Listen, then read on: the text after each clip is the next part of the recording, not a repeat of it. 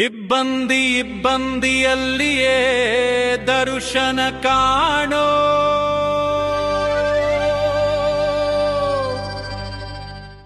Namaste, Shekhar Purna. Thank you for sharing your thoughtful reflections. Here is the translation of your text into English. Namaste, Shekhar Purna here. Date 18/7/2026.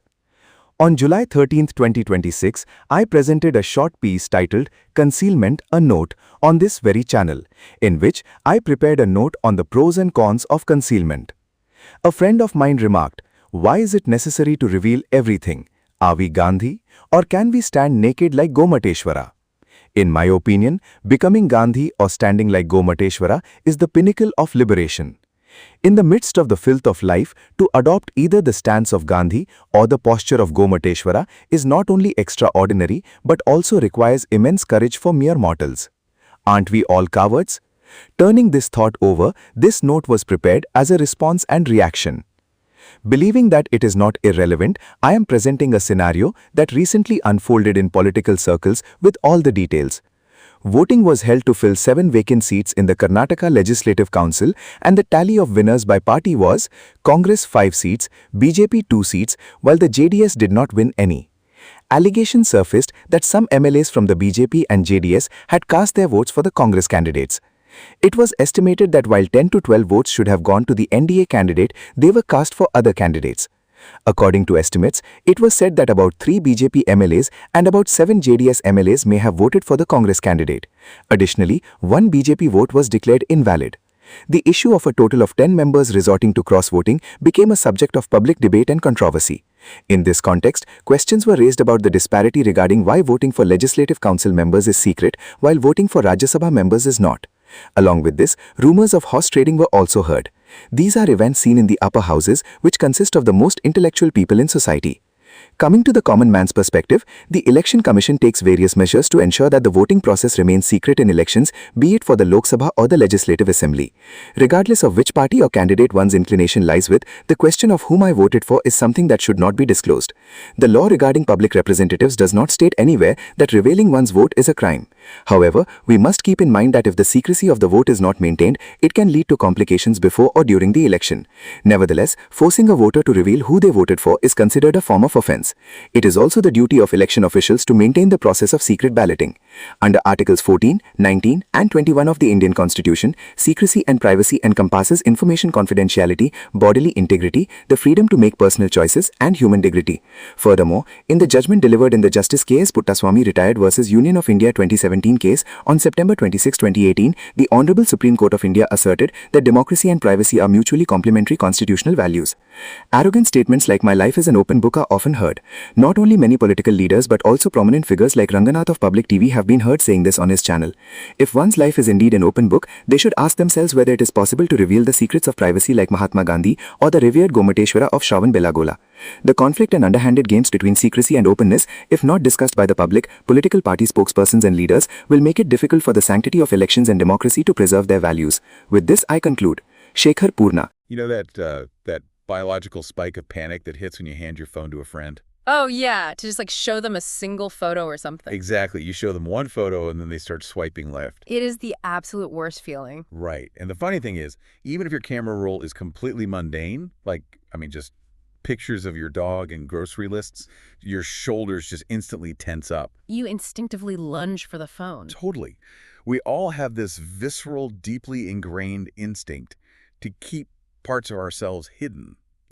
Whether it is our browser history or our financial struggles, or honestly just the messy reality of our daily thoughts. We just naturally draw a curtain. We do. We build walls. And that universal need to build walls is exactly what we're looking at today.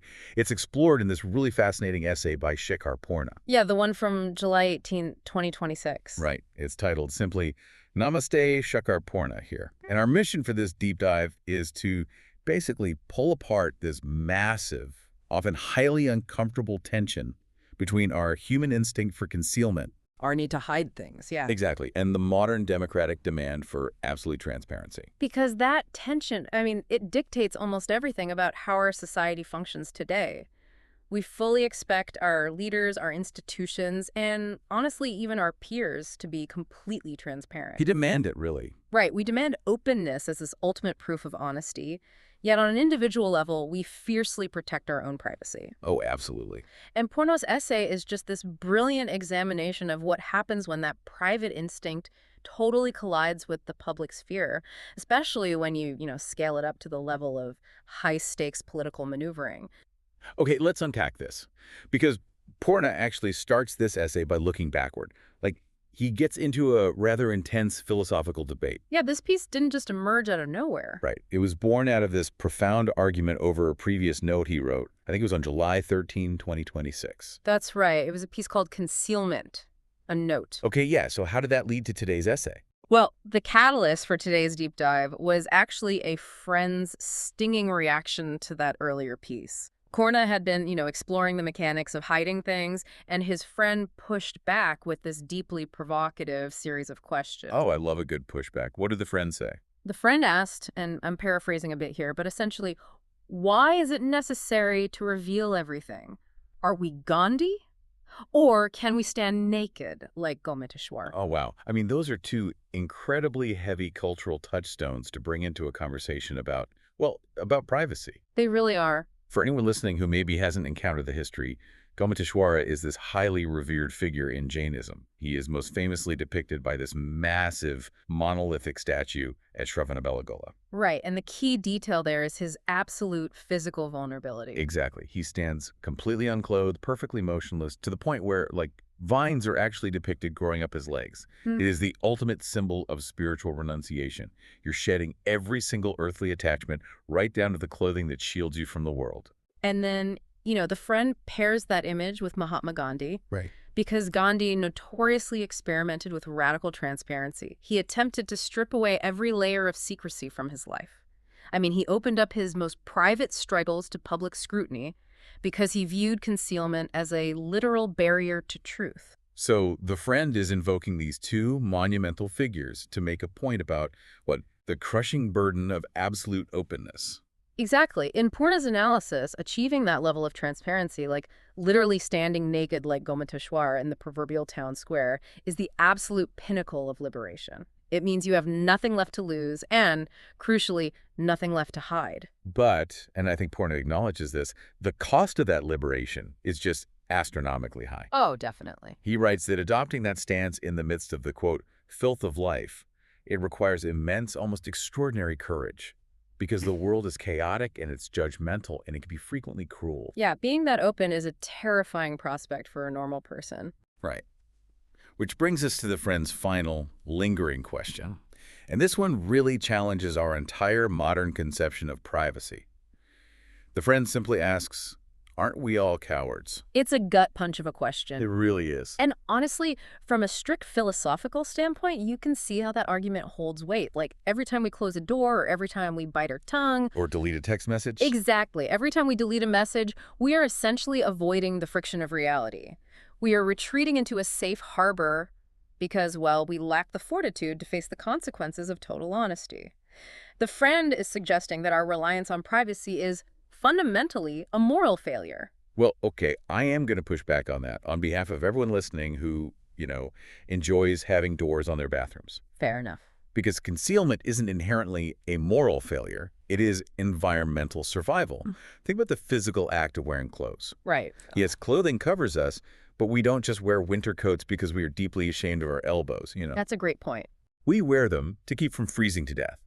We are not all enlightened spiritual beings who can withstand the elements, or in this case, the emotional equivalent of those elements. Right. You need boundaries. Exactly. We need boundaries to regulate our interactions with the world. So I have to ask, is concealment actually cowardice? Or is it just the psychological architecture we absolutely need to survive a highly judgmental society? And see, that line between cowardice and survival is exactly what Purna is interrogating here. Absolute transparency might be this beautiful spiritual ideal, but for the common mortal, concealment is just the tool we use to navigate life without being completely destroyed by it. Yeah. But, and this is where the essay gets really interesting, Porna doesn't let this remain some abstract dorm room philosophy debate. He forces this concept entirely out of the theoretical realm. Right, he applies it to reality. He applies it to a very specific, incredibly messy political reality that was unfolding right in front of him. Okay, let's shift gears and look at the cold, hard political facts that actually triggered this essay. Because Porna turns his attention to the recent Karnataka Legislative Council elections. Yes. There were 7 vacant seats up for grabs. And just to be clear for you listening, we are strictly looking at the impartial data and events exactly as they were reported in Porna's source material. Right, just the facts on the ground. So the official tally for those 7 legislative council seats concluded with the Congress Party winning 5 seats. Okay, Congress The fund. BJP won 2 seats and the JDS won 0. Those are the final numbers that were entered into the public record. Here's where it gets really interesting, because the underlying mathematics of how those seats were won completely blew up the expected party loyalty. Oh, totally. The source details these massive allegations of defection that surfaced the literal moment the math was calculated. Wait, so how do they know? Well, based on the number of MLAs each party holds, the clear expectation was that 10 to 12 specific votes should have gone to the NDA candidate. That they didn't. No. Instead, they were secretly cast for other candidates, specifically padding the numbers for the Congress candidates. Wow. And Porna's text actually breaks this down, right? Yeah, the estimates in the text break down the defection in pretty significant detail. It is estimated that roughly 3 BJP MLAs and 7 JDS MLAs actively crossed party lines. That is a lot across line. Plus, 1 BJP vote was declared invalid. So when you tally that all up, you have 10 members who allegedly engaged in cross-voting, which is completely defying their party's mandate. But this brings us to a massive mechanical paradox. What do you mean? These are secret ballots. The entire point of a secret ballot is concealment, right? So how does the public, or the media, or Porna for that matter, know the exact numbers of who defected? Right. It makes me think of, okay, imagine going out to a sprawling group dinner with 10 friends. Okay, I'm with you. You all agree to split a massive bill. And to avoid awkwardness, everyone anonymously throws their cash into a hat. But when the waiter actually counts the hat, the pile of cash is exactly $100 short. Oh, I see where you're going. Because it was anonymous, you cannot prove whose $100 bill is missing. But the aggregate math proves, beyond a shadow of a doubt, that someone sitting at that table lied. The math betrays the secret, even while the system itself perfectly protects the individual's identity. That dinner bill analogy captures the structural flaw perfectly. I mean, the physical ballot paper cannot be traced back to a specific MLA's hand. The individual's concealment is preserved. All right. But the aggregate numbers, basically the total votes cast versus the known number of party members, they make the betrayal glaringly obvious to everyone in the room. 10 people flipped. Yeah. You just lack the forensic proof to point a finger at the specific individuals. It's crazy. The system designed to protect democratic choice is simultaneously providing this, dark ruin for political betrayal. Exactly.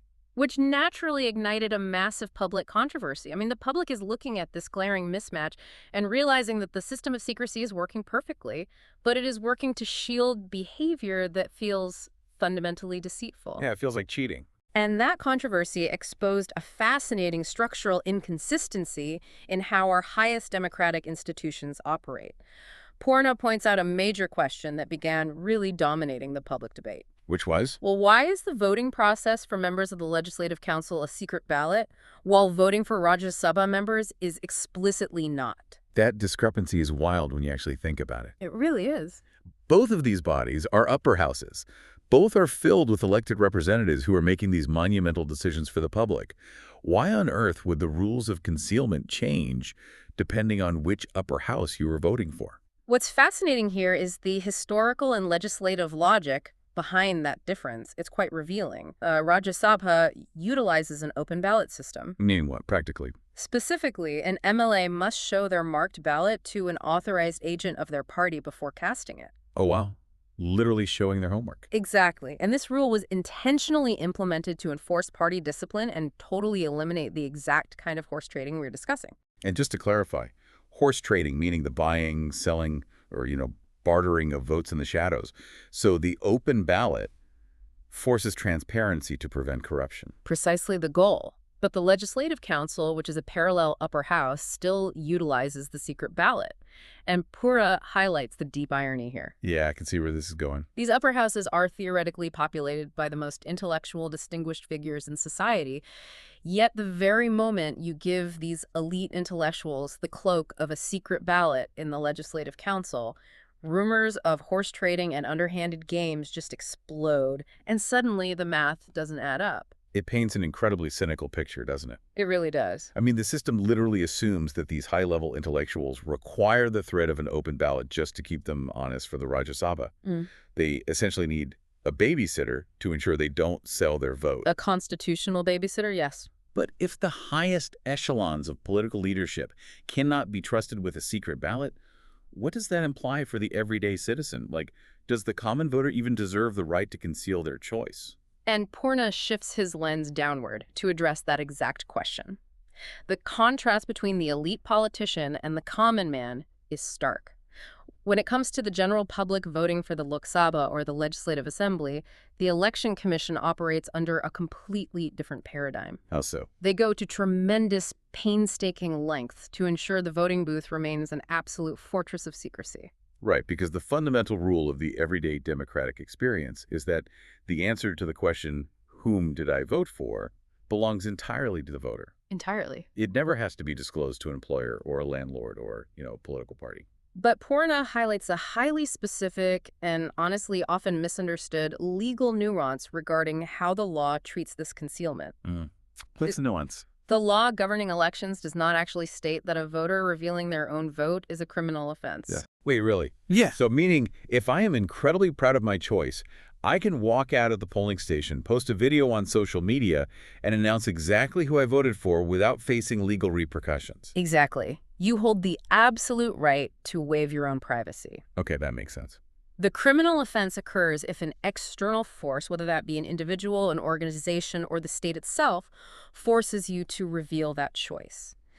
The legal burden of maintaining that environment of secrecy falls entirely on the election officials. It is their strict, non-negotiable duty to facilitate the secret ballot process. Well, yeah, because if that structural secrecy collapses, the entire democratic experiment basically falls apart. It crumbles, yeah. Without concealment, you instantly open the floodgates to pre-election intimidation, widespread coercion, and, frankly, post-election retaliation against vulnerable communities. If we connect this to the bigger picture, this isn't merely some administrative guideline designed by the Election Commission just to keep polling days orderly. No, it's way deeper than that. Much deeper.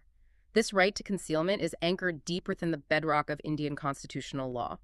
Purna directs us straight to Articles 14, 19, and 21 of the Indian Constitution, which fiercely protect the overarching concepts of secrecy and privacy. Okay, those are the heavy-hitter articles. I mean, Article 14 deals with equality before the law, 19 guarantees fundamental freedoms like speech and expression, and 21 is the protection of life and personal liberty. But how does the simple act of hiding a piece of paper, a ballot paper, connect to the sweeping concept of the right to life? It connects directly through the mechanism of human dignity. Okay. According to Purna's analysis of these constitutional provisions, privacy encompasses far more than just keeping a secret. It guarantees information, confidentiality, bodily integrity, and the unfettered freedom to make personal choices. Without privacy, your choices are constantly subject to the leverage of those more powerful than you. That is so powerful. And Purna anchors this argument heavily in a landmark Supreme Court case, right? From 2017. Yes. Justice K.S. Puttaswamy, Rett versus Union of India. He specifically references the massive judgment that was delivered on September 26, 2018. Yeah, that ruling always strikes me as the ultimate paradigm shift in privacy debates. Because the Supreme Court didn't just casually, endorse privacy. They fundamentally and legally bound privacy and democracy together. They absolutely did. The Honorable Supreme Court explicitly ruled that democracy and privacy are mutually complementary constitutional values. They need each other. Exactly. They recognize that the architecture of a free society relies on the individual's ability to maintain a private sphere, completely insulated from state or societal interference. It makes me think of how a blind trust operates in finance. Oh, that's an interesting comparison. Yeah, like when a high-level official puts their assets into a blind trust, the identity of those assets is deliberately concealed from them to prevent biased decision-making. Yeah. In a democracy, The secret ballot acts as kind of a reverse blind trust.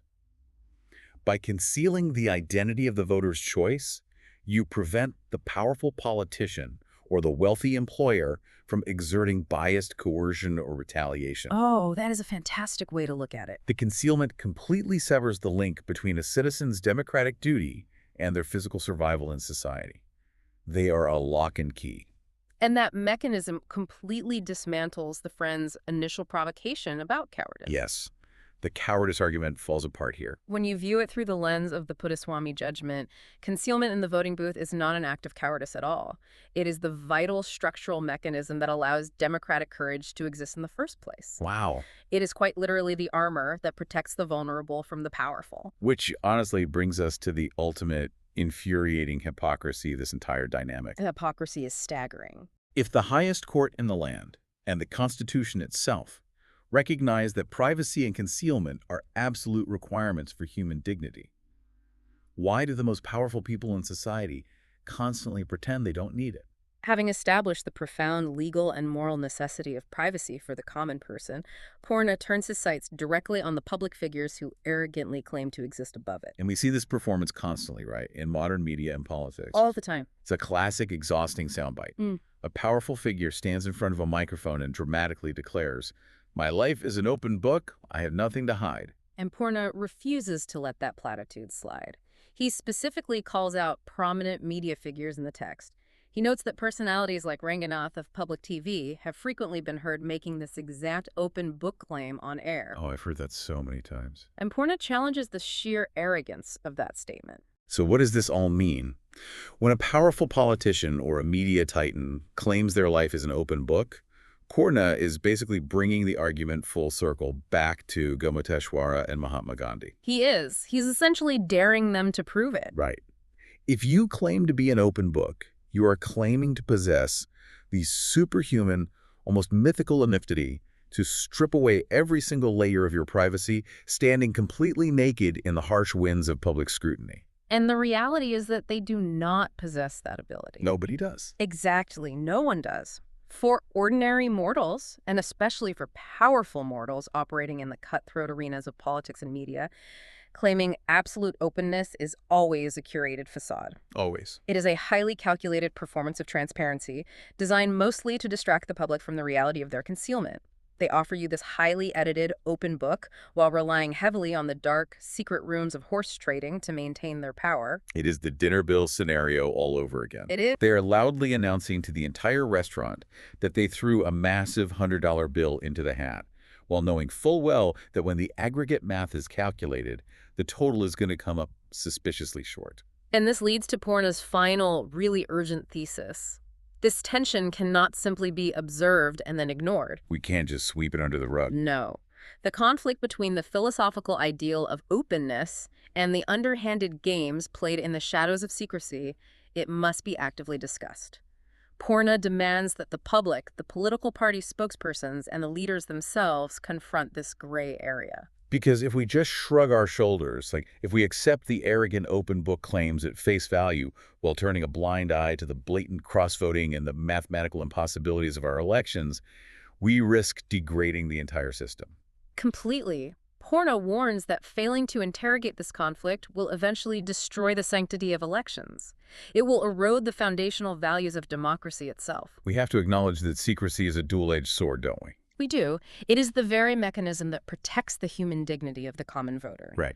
But it is simultaneously the cloak that the powerful use to subvert the will of the people. Man, what a massive winding journey this text takes us on. I mean, we started at the absolute highest peaks of spiritual philosophy, contemplating the naked liberation of Gommateshwara and the daunting, almost impossible courage it takes to live without a single secret. Yeah, a huge philosophical jump. And from there, we plunge straight into the gritty mathematical reality of cross-voting in the Karnataka Legislative Council elections. A reality that really serves as a perfect microcosm for the systemic contradiction we all live with today. Totally. We have elite intellectuals who are suspected of bartering votes under the protective cover of a secret ballot, while the common voter relies on that exact same secrecy as a fundamental constitutional right. A right safeguarded by the Supreme Court just to preserve their basic human dignity. It is a delicate, almost precarious balance to strike, And as we wrap up this deep dive, I want to leave you with a final thought to mull over as you go about your day. Always the best part. We have seen how demanding absolute transparency can make our democratic systems brittle and, vulnerable to manipulation. Yet allowing absolute secrecy clearly provides a fertile breeding ground for corruption. So, as we look forward, is the future of a healthy democracy reliant on finding more aggressive, invasive ways to expose the secrets of our leaders? Or does the future depend on building better, more secure systems that allow us to blindly trust the secrets of the common voter?